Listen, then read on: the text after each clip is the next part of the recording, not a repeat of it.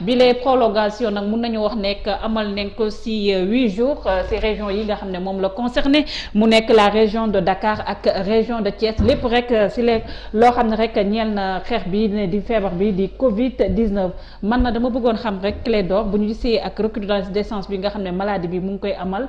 gannaaw ba ñu njëkkee def benn couvre-feu boo xam ne rek jàppoon nañ ko ci fukki fan ak ñaar. tey jii ñu amalaat beneen couvre-feu boo xam ne rek war na am 8 jours ban pertinence le couvre-feu bi am ci xeex li nga xam ne mooy Covid-19. merci xam nga yaa ngi wax déjà pertinence dafa am benn connotation bu ci nekk sax parce que boo xoolee statistiques yi. Première vague bi li ñu qualifié de première vague. Il y avait beaucoup moins de cas mais boo xoolee depuis période bi nga xam ni la ñu décidé def couvre-feu. cas yi dafa yokk. alors que comme on le dit souvent il y a eu de grands rassemblements avant mooy màggal bi ak gàmmu gi. te amul woon cette recrudescence des cas. mais coïncidence bi ñu jëlee mesure couvre-feu yi ci la cas yi gën a yokk. kon mën nañu wax ni mesures yi wàññiwul cas yi. et comme on le constate d'après les statistiques. au total depuis le début de la pandémie ba léegi. il y a 23 000 et quelques cas. Testés positifs. Parmi ces cas près de 20 000 cas sont guéris. Donc plus de 90% de taux de guérison. Alors que vaccin bi ñuy wax c'est entre 50 et 75% de couverture. Donc ça veut dire que ñu ngi faj nit ñi avec des procédés qui marchent, avec des protocoles qui marchent. Donc lan moo jar jël une mesure sécuritaire comme ni mu la ko waxee keroog pour régler un problème sanitaire. te gis nañu ni ci tranche boobu nga xam ne ci la ñu jël état d'urgence bi. les cas ont continué à augmenter. Donc ça veut dire que ça n'a pas impacté ci évolution wu pandémie bi. au contraire li ñu constaté mooy dafa yokk. yokk boobu nag am na ñoo xam ne nu ñu koy analyser mooy mesure yooyu dafa yokk tampaloo bi maanaam dafa xatal dëkk bi xatal nit ñi.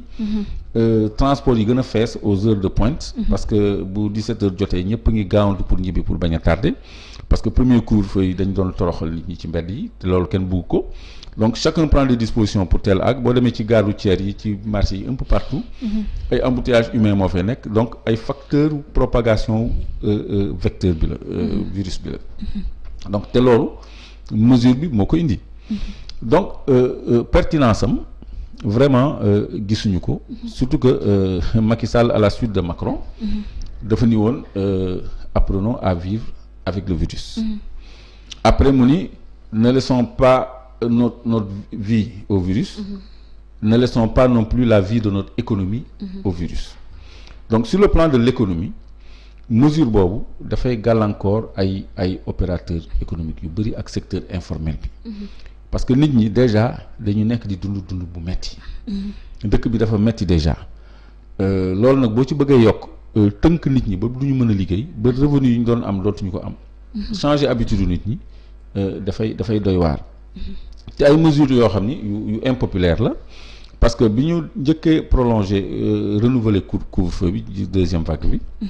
jeunes yi dañu manifester seen désapprobation.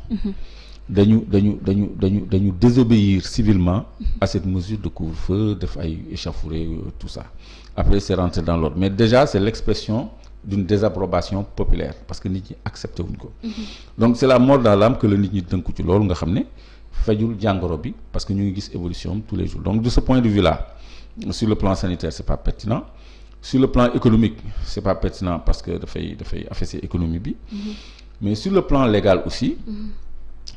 Il y a beaucoup de problèmes parce que le président Macky Sall dafa ni na ko assemblée voter benn loi ordonnance pour mu mën a arroger wu prérogative wu assemblée nationale bi nga xam ni moo war a voter loi d'urgence ci prolongation ak état de siège moom mu téye ko ci loxoom en dehors de l'assemblée bi nga xam ni comme on l'avait dit l'autre jour moom moo fa majoritaire donc moom amul problème pour jàllale benn loi parce que bi mu bëgg a jàllale la loi sur nu mu tuddati élection yi parrainage sur les parrainages daf ko voteloo en procédure d'urgence et sans débat.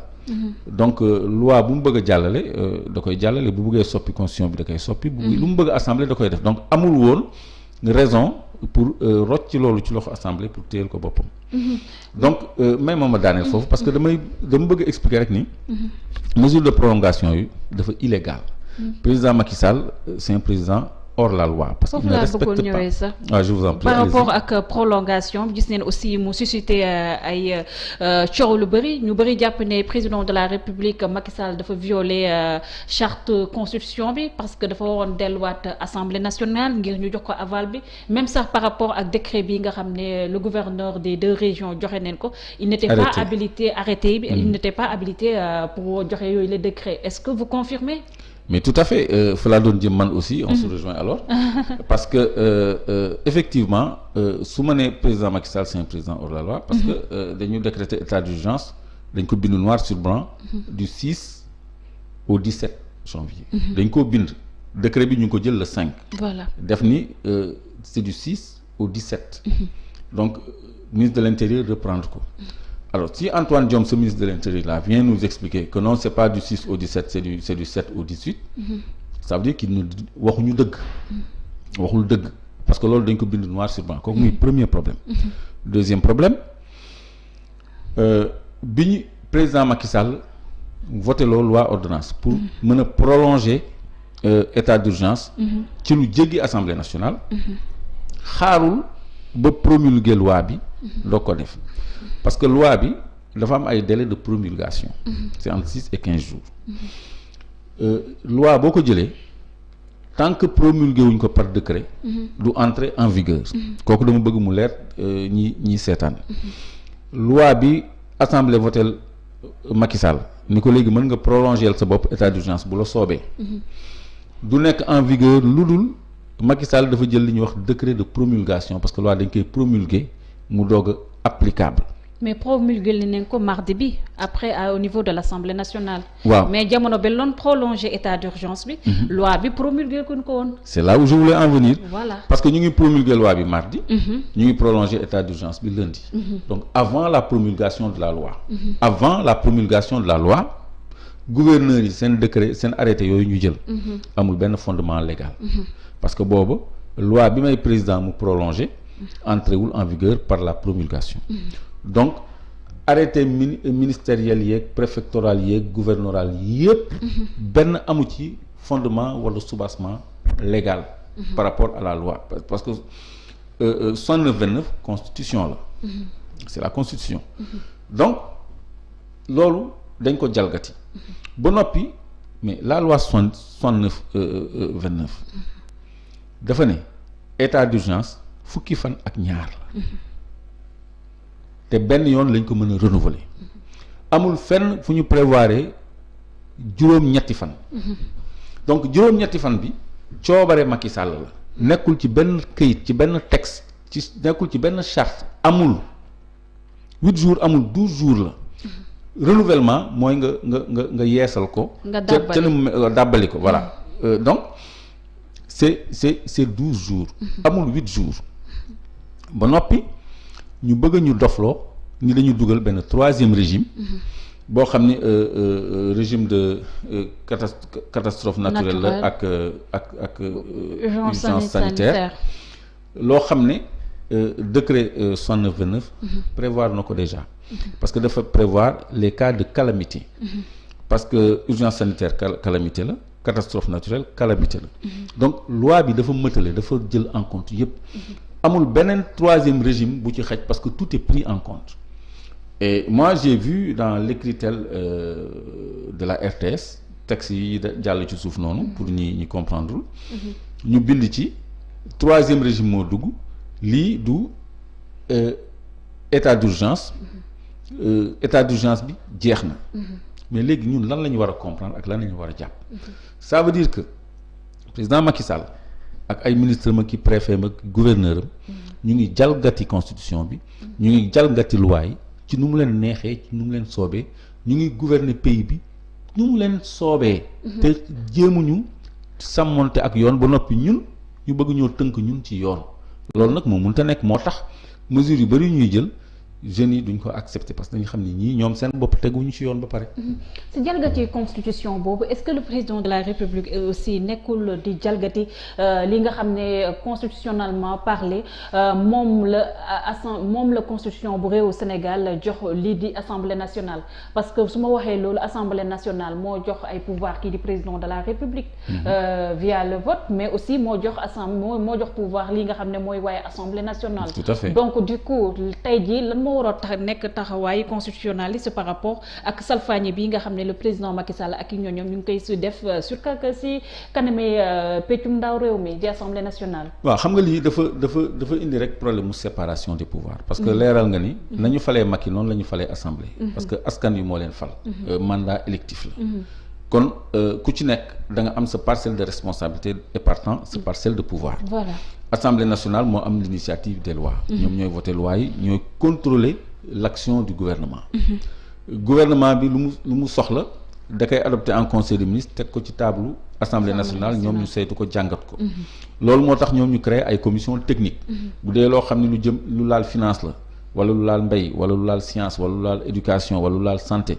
bu ci nekk dafa am benn commission technique boo xam ne foofu lañ koy saytoo laata muy dem plénière ñu adopté wala amendé loi bi donc loolu mooy rôlu assemblée léegi yow boo bëggee jéggi loolu yëpp jalgati loolu yëpp teel ko sa bopp yow yaa ngi confondre ñaari pouvoir yoo xam ne da nga jël pouvoir yëpp teg ko sa loxo léegi loolu boo ci boolee justice bi nag mooy ñu ngi ci dictature amatul séparation des pouvoirs loolu léegi daf ko fësal de façon flagrante li nga xam ne dañ ko doon jooytu di ko lam-lame léegi daf ko fësal fan te nëbbutootul ñu wax ci beneen sujet génn tuuti un tout petit peu ci wàllum prolongation couvre-feu ak lépp rek loo xam ne ñeel na Covid 19. ñu wax ci beneen affaire boo xam ne bu dal ci ndodd kii yi nga xam ne mooy njiitu Horizon Sans Frontières. Boubacar Seye nga xam ne arrêté nañ ko foofu léegi keroog au niveau de l'aéroport Blaise Diagne. fu mu toll nii mën nañu wax ne démb teg nañ ko mandat de dépôt ça veut dire que tëj nañ ko ci kaso. ban lecture nga def ci arrestation kii di Boubacar Seye. bon loolu menace la. il faut rappeler aussi dañ ko topp ci diffusion fausse nouvelle aussi. diffusion fausse nouvelle d'accord. mais loolu menace la ci ñun ñëpp ñi nga xam ni. ay lanceurs d'alerte lañu. ñi nekk ci société civile bi am ci posture de vigie citoyenne. parce que loolu comme ni assemblée nationale di contrôler exécutif. noonu la vigie citoyenne war a nekkee bët boo xam ni. day saytu aussi di xool di càmbar. li nguur gi di def loolu day dimbali sax nguur gi pour mu jubbantiku pour mu tegu ci yoon donc loolu lu baax la ci dëkk yëpp ba nga xam ne dëkk yu bari dañu jàpp ni lanceur d'alerte yi dañ leen a war a aar dañ leen a war a protéger parce que solo gi ñu am ci débat public bi léegi monsieur Seye Boubacar Seye moom dafa détenir ay information ba noppi partager ko ni ndimbal bi nga xam ne Union européenne mu ngi koy dimbali état du Sénégal pour mu téye ay doomam ñu bañ a dem ci mbëkk mi def immigration clandestine lu ci bëri dañ koy détourner kooku muy benn ñaareel bi mu ne waa Union européenne jox nañ ko ci mailam traçabilité somme yooyu yëpp ñu jox état du Sénégal te sur cette base leer na ko ni daf ci am malversation kon loolu moo ko indil jafe-jafe parce que preuve yooyu mu yor te mu ni ci emailam la nekk man su ma ko jege woon du ko waxee noonu day wax rek am naa ay preuve du wax fu mu nekk mais bu nee mu ngi ci emailam ñu nekk ci période d'urgence est-ce que xam nga état d'urgence man lañ tax ma contre ko dafay atteindre suñuy liberté parce que secret correspondance amatul même correspondance électronique mën nañu ñëw madame jël sa téléphone pour xool li ci nekk te sañoo bañ te du doon délit alors que y a la loi sur la protection des données personnelles dafay tëb kon tey jii état li mu soxla woon loolu sama analyse propre la parce que dama xam état bu baax a baax a baax a baax parce que mënoon nañ ko convoquer ñu ko yaa fi wax lii prouver ko mais ay données personnelles am la ñu soxla moo tax bàyyiwuñu ko sax mu noyyi dafa ñëw aéroport rek ñu cueillir ko jël téléphone am jël léppam et on va accéder à ses comptes on va lui demander ses accès ay mots de passe am bu ko joxewul ñoom am nañu moyen technique craquer ko sans yoon topp leen ci donc dafa tijji benn période d'abus parce que foofu les gens sont agressés dans leur liberté individuelle léegi kooku ñooñ bu ñu agressé comptam jël li fa nekk yépp léegi kooku ban preuve lay am ci fi ñu ko jëme ci tuuma yi ñu ko teg